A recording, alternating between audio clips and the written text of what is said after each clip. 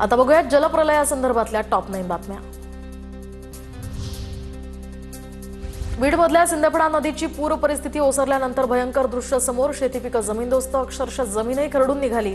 अनेक जनावरं दगावली, अनेकांचे साहित्य पुराच्या पाण्यामध्ये अस्ताव्यस्त पाहायला मिळाले। मराठवाड्यातील पूर परिस्थितीचं भीषण वास्तव समोर। आतापर्यंत 12 जणांनी जीव गमावला। 357 जनावरांचे मृत्यू तर आतापर्यंत 1239 गावांमध्ये अतिवृष्टीमुळे नुकसान।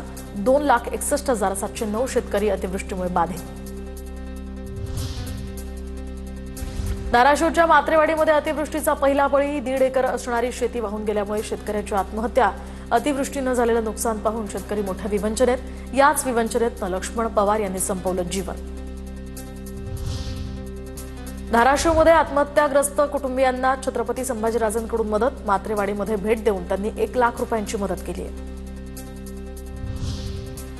दक्षिण सोलापूर तालुक्यातल्या सिंदखेड या गावाला 4ही बाजूने पाण्याचा वेढा। 1 ते 1,500 ग्रामस्थ अद्यापही या गावातच अडकून पडल्याची माहिती। मराठवाड्यातील पूर परिस्थितीमुळे 25 आणि 26 सप्टेंबरच्या वैद्यकीय शिक्षण आणि सर्व तांत्रिक परीक्षा पुढे ढकलल्या तर 28 सप्टेंबरची राज्यसेवा पूर्व परीक्षा सुद्धा पुढे ढकलण्याची मागणी। सोलापूर विजयपूर राष्ट्रीय महामार्ग वाहतुकीसाठी ठप्प। दक्षिण सोलापूर तालुक्यातल्या हत्तूर जवळील या महामार्गावर अजूनही पाणी। सीना नदीनं रौद्ररूप धारण केल्यामुळे अनेक भागांमध्ये पूरस्थिती। गोदावरी नदीच्या बॅकवॉटरनं नांदेडमध्ये ओढा नाल्यांना पूर तर ओढ्याच्या पाण्यातनं रुग्णाचा जीवघेणा प्रवास। पुलाची उंची वाढवण्याची ग्रामस्थांची मागणी।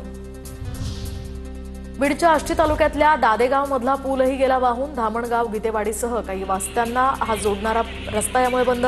स्मशानभूमी देखील पुराच्या पाण्यात वाहून गेली आहे।